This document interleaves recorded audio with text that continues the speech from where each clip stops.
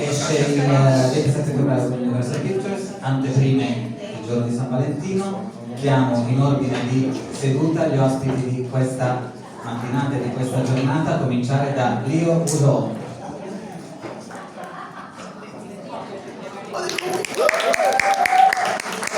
Renée Zellweger.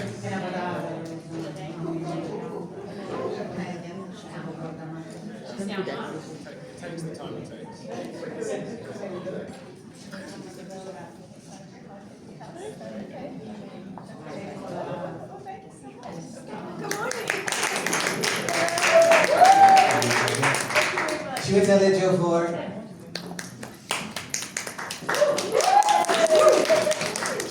E regista Michael Morris. Thank you for being here with us.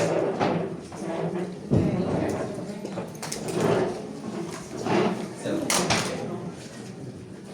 I will start with Michael. So it's I will do the question in English and it's a beautiful movie about love, of course, but also about grief and grieving and healing. So how did you put together these two sides? Also visually, how did you work as a director in visual? Well, thank you. Is this on? You can hear me? Yeah. Okay. Thank you for that question, because this is this version of Bridget Jones is finding her, at a new phase in her life, a new moment in her life. And she's very familiarly, I think, the Bridget Jones that we all have loved for 24 years, but she's dealing with things that are a little bit more, perhaps closer to heart and perhaps a little bit more emotional in this particular story. So grief and loss and how we approach grief and loss and how we're asked as humans who love to find out how we're going to live after that love is a very important part of this film. Visually, I think there are certain images. I'm sorry if I'm speaking too quickly. Tell me, just yell. They have a translation. Oh, they do? I'll speak faster then, that's great. Okay. Visually, as a director, I think you come in with certain key images in your mind before you start. Things that you sort of then hang, in a way, the rest of the film on. And for me, as this is a film about, in part about letting go, and literally about letting go of something, there's an image, halfway through the film, midway through the film, a little bit after, where Bridget literally, with her children, lets go. And I think there's some of the images there involve scale and freedom and a sort of presence of something of someone who's not here, which is captured there in them letting go of some balloons, and that really was the beginning point of how I might approach that. Thank you, Michael. Renée, you and Bridget, you've been accompanying each other for many years now, so what does it mean to you, and what does it mean to find her again in this universe? That's an interesting question. Sorry, yes, of course. Good morning, everyone. Thank you for the questions. Is this on? I think so. Yes, yes. Okay. Good morning, everyone. Thank you. I think with each new chapter, when we catch up with Bridget, it's sort of a discovery. Because none of us are the same in different chapters of our lives. So trying to see how what life has thrown at her in the interim manifests in her perspective and how she carries herself and her values and how she's, I guess, recognizably different. And as important or not, how has she not changed? Because there are certain things about our characters and our essence that remains true throughout our lives. And I sort of feel like she's never far away, because I talk about her almost every day. Outside on the sidewalks, walking around, people always want to share their own Bridget Jones experiences with me. And really good, to have a conversation and laughter with people you don't know, but you have something in common immediately. I feel really lucky. Chiwetel, your character is maybe the most mysterious one in the beginning, the one who reveals him little by little. So how did you step into this role, and how did you build this sort of classical rom-com chemistry with Renée? Thank you for that question. I think that, I think first of all, when I read the script, I thought it was a brilliantly written script. I thought it was very funny and very emotional, and I really loved this character of Walliker, because of that reason, because he's, as we meet him, he's very buttoned up and he's quite stern, and he's got his whistle and his sensibility. And then through the story, he kind of opens up and reveals this sense of himself and this connection with Bridget that is that's very deep and very profound and quite meaningful in the sense of the circumstances that she's in as well.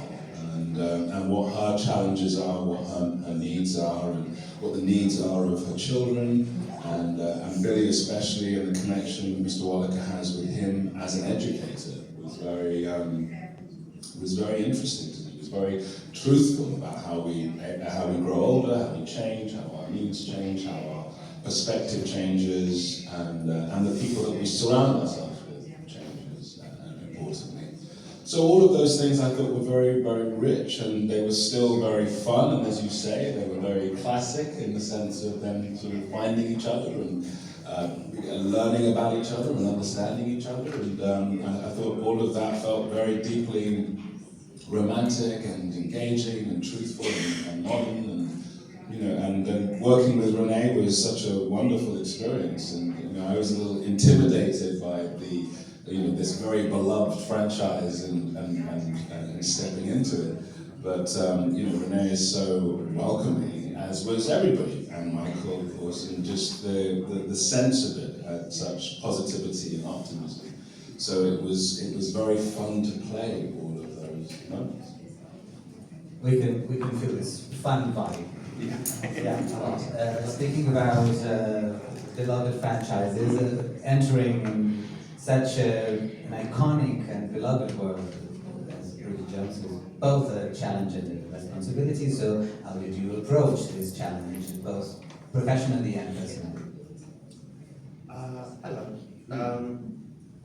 You're right, it doesn't feel like it's on. I think I just wanted to approach this, wonderful endeavor with a smile on my face and this, being as open as I possibly could be. And Chiwetel said it. There's some pressure. Most of it is self-inflicted. You always want to do well when you start any job, but this one felt slightly different. There is a responsibility to kind of,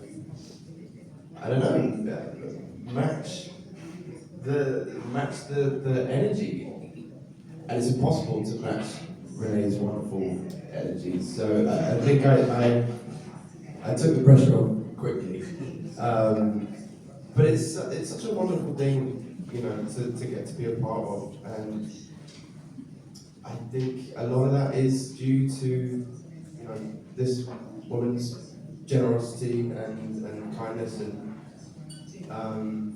also Michael, credit to you. Very nice man.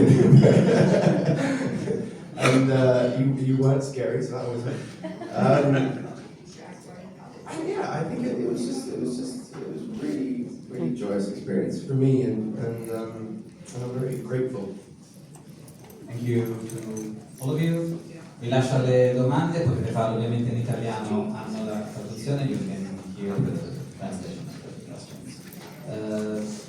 Diciamo il microfono qui. Chiara Nicoletti, Abbiamo Radio.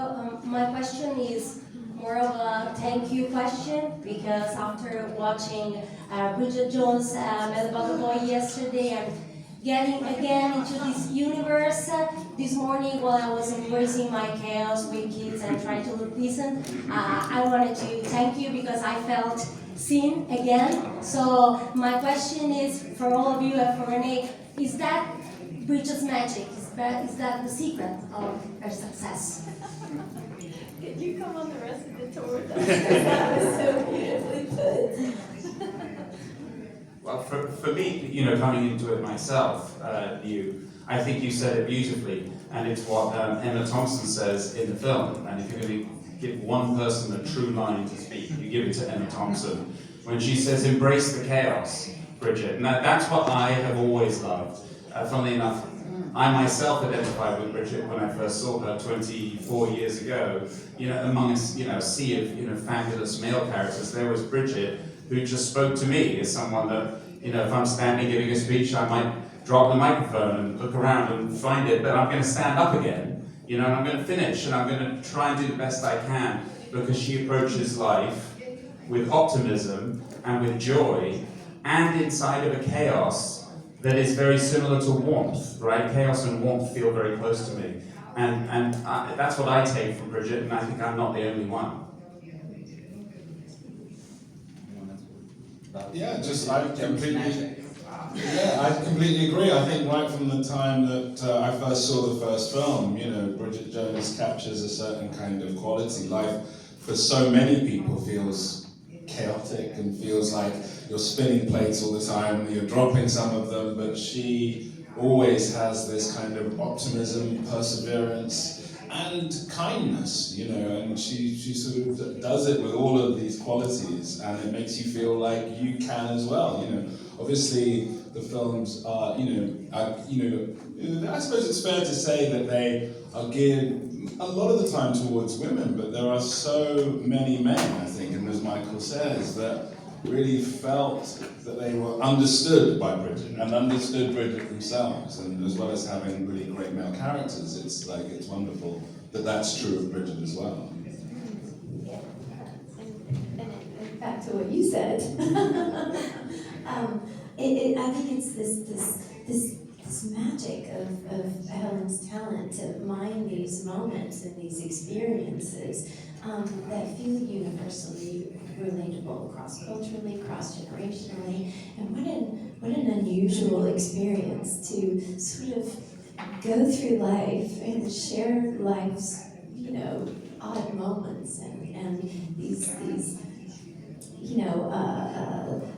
human moments of uncertainty and self-scrutiny and trying to fake it till you make it, so to speak, and find optimism, find your own, intuitive voice about what defining happiness for yourself looks like in a sea of influences, in real time. We're following in Bridget Jones' experiences in my case of people of a certain age in real time. It's just such an unusual thing. And no matter when you discover Bridget Jones in your life, her experiences seem relatable at a certain chapter, in our own personal evolutions. And I think she's inspirational because no matter how difficult it is, and no matter how imperfect she feels, and no matter how far the gap between her or her perception of herself and society's paradigm for beauty or success might be, she still triumphs, and she never gives up. And I think in that way, she makes us feel understood, and she gives us hope. I agree with them. I can't really top that, but I think it's one of my favourite things about Bridget Jones is that quirks and imperfections and mistakes and optimism are so beautifully celebrated, and it makes you think as a person, I don't need to be in this situation and have this kind of movie outcome and everything works out perfectly. And it's ironic because it is a movie, but it's so, it makes me feel very seen, and I feel very seen by everything that, by the way that she navigates the world. Yeah. Grazie. Domande non vi vedo in faccia, prego. Sì, una qui e dopo veniamo da lei. Buongiorno, sono Elisabetta Colangelo per il newyorkese. Volevo fare una domanda a Renée e chiedere, lei, quanto c'è di lei personalmente in Bridget Jones che ha accompagnato insomma, la mia generazione per tutti questi anni? E poi anche, e crede che Bridget abbia fatto la scelta più coraggiosa, scegliere il professore invece che il giovane Don Boy? Grazie. No comment. No, I don't know that I can comment though. 'Cause No, exactly. it's a big mystery. With respect to your previous question, I'm not sure. I feel sort of inextricably linked to this character, at least in my subconscious. Again, like I said, she's never far away. I don't know how much, and in what direction it sort of goes. I mean, I know there are some choices that I've made about embodying her, but I don't know how much of that is intuitive, creative choice, or accident. Typecasting. Yeah, I don't know that I can answer. I could say some of the things that I feel like I share in common with her. I mean, I understand her complicated relationship with timing. And I definitely understand fake it till you make it, and sink or swim, and finding yourself in unexpected circumstances at the least opportune moments, and perhaps, being hopelessly romantic. Yeah, I think I might share that in common with her, and a little self-depreciation goes a long way. C'era un'altra... prima si era... dopo torniamo a te. Anna Maria Considente è la voce del cinema, per il regista e la protagonista. Questo è il capitolo sicuramente più triste. Come avete fatto a mantenere il giusto equilibrio che c'è tra la tristezza di fondo e l'ironia tipica di Bridget Jones? Grazie.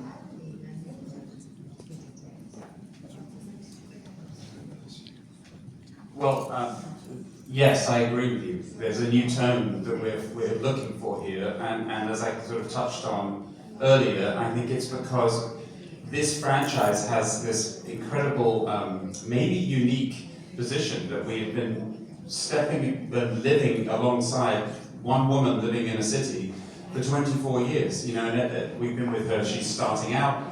We've been with her as she's been sort of the height of her kind of like job powers, traveling around the world. We've been with her as she's started to have a family, and now we're with her now. So the movie really reflects, I think, how life works on all of us, right? And life, as we know, as we get further along the road, it gets more and more complicated, and the tone of life changes. So it was very important to all of us, and to Hugh, who's not here, and to Helen, and all of us who made it, to find a way to capture the joy and also honor and respect the difficulties. For my part as a filmmaker, there are lots of ways that I could answer the question. I don't want to take up all of our time, but partly it was trying to find a way of presenting the story that felt a little bit more fresh, felt a bit more intimate. So the camera is being handheld in a way that it wasn't before. It's oftentimes at Bridget's level. I wanted the camera to feel very intimately connected to Bridget, not step back looking at her, but feeling with her. There's a party scene at the end, and I wanted the audience to feel part of that family, a very intimate connection. But really, it's the quality of all of the actors in the film. I mean, that's my secret weapon, is that I have Chiwetel and Leo and Hugh and Jim and Emma and Sarah Soleimani and all of these incredible British actors. And at the heart of it, I've got Renee. These are all actors that are comfortable doing really authentic, emotional work, just as comfortable as they are doing wonderfully romantic or ironic work. And so once I have that, I know that really they will respond to the questions that I ask them and the film asks them, and that's how we get the tone. I mean, don't think there's much to, I mean, again, like you said, there are 100 ways to answer it. Like about being careful with each iteration. As we, made these films, I was really careful not to just make it because we could, but because there was purpose in it. And in order for that to remain true, there had to be some sort of evolution in the storytelling.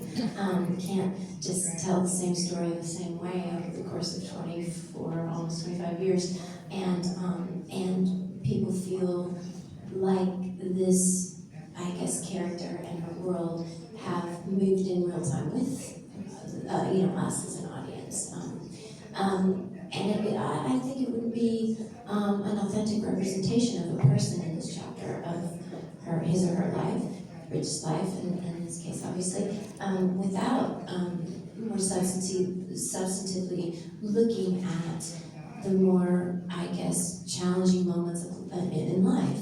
Because as we mature, obviously life throws really unexpected things at us, and what we imagine our lives will be, and what we imagine is really important to worry about and I guess obsess on to some degree at a younger age is very different, so different.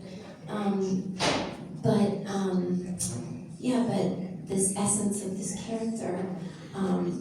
It always seems somehow to help her through, her optimism, her cheer, her warmth, her humanity.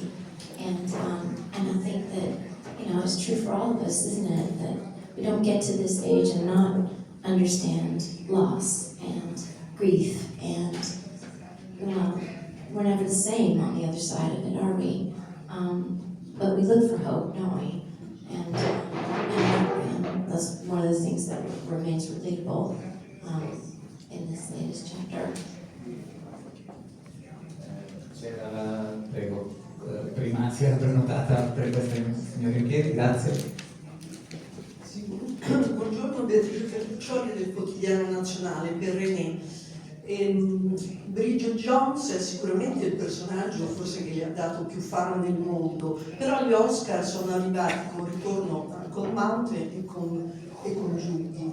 Ecco, allora così da attrice, che immagino legata a tutti, come si è spiegata questa cosa e qual è il suo rapporto con questi ruoli e con queste diverse interpretazioni, cioè la commedia, il dramma, quale preferisce? E poi siccome appunto Bridget Jones ci racconta e ci accompagna nella vita, potremmo ritrovarla ancora più grandina fra qualche anno. Grazie. I don't know. I mean, it's my understanding from Helen that this is it. But I keep my fingers crossed that Bridget might tap her on the shoulder down the line her ways. I think there's, I'm sure that Chiwetel Ejiofor the same, that comedy and drama, there's elements of both in each. And if you're looking for the truth, you often find that it's almost the inverse, isn't it? That there's more, weight in the comedic roles, and it's more challenging to find the funny. I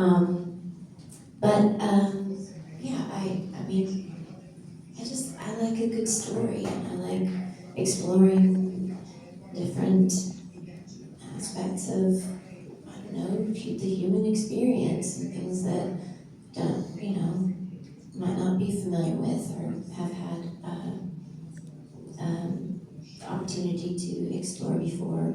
I think that's what draws us to this art form, to this medium as creative people, storytelling, and like great storytelling and in any genre is really rewarding, especially if it challenges you to grow in some respect or understand something that you didn't before. I think it's one of the keys to, being a better person really is understanding other people's experiences. And I think it's part of the great joy of being working in this medium. So, good is good, right?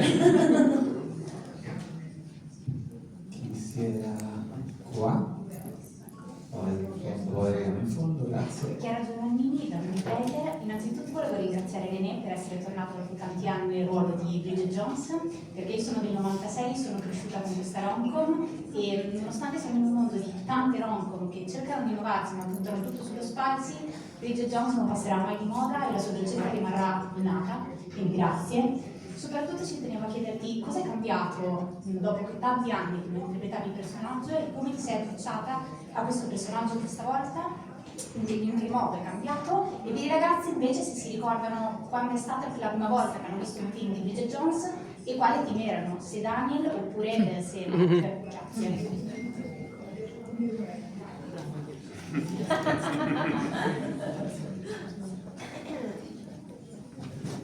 Mark.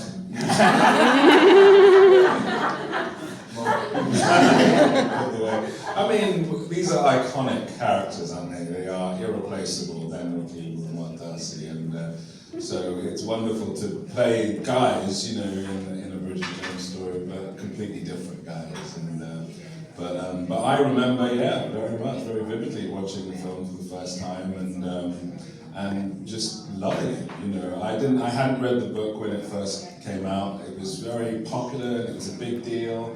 And there was a lot of excitement about it, and then so I sort of caught up with it with the first film, and yeah, just had an absolute blast. I think it's just a brilliantly funny film, and wonderful performances, and iconic characters.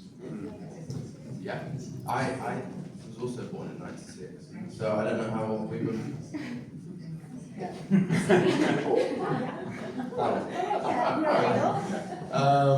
So I don't remember first watching it, but I mean, you know, grew up with it, and yeah, it's to you know echo what Chiwetel said. The characters are all so brilliantly written that it's nothing but fun and a joy to sort of get to join in and play, and it's a wonderful gift.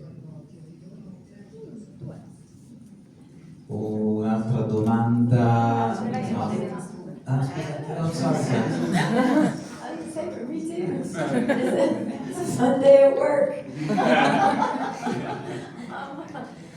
Okay, how is she different? Well, there's some things that I probably can't speak to because I'm different, very different, and so subconsciously I'm sure that there are certain things about this presentation, this embodiment of Bridget Jones that are imbued with things that I'm not even aware of that are different. I think she's more measured, you know, trying to figure out how her values have changed, and of course she's looking through life from a different perspective, you know, through the prism of loss and parenthood and what hangs in the balance of the consequences of her decisions are much different now, so perhaps she's more measured.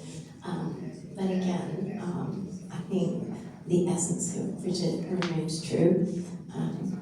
You know, her effervescence and her warmth and her kindness and her hopefulness and helpless romantic side, I think, you know, I think they're still there. Thank you so much. Sorry, I was trying to understand if there was space for two questions, but it's only one, and we have, abbiamo una fan che ha vinto un contest del stamattina. She's a fan of Bridget Jones, and she won a contest, and she is here this morning with us. So Claudia, this is your question, the last question. Thank you so much. So I have a question for Bridget Jones. So I haven't seen the last movie yet, but if I could meet Bridget Jones once, I would ask her, after all these years, have you finally learned to love yourself just as you are? And if so, what advice would you give to the Bridget from the first movie? That's such a good question. That is such a sweet question, Leo said, and it's such a sweet question. I think there's a moment in the film that you might recognize, and I think it says a lot in the decision that she makes. There's no words, but she makes a choice, and I think you'll recognize it when you see it, and I think that it might answer your question. And your other question was, what would you tell Bridget? It's all gonna be okay. Yeah. Yeah. Thank you, Renée Zellweger, ricordo che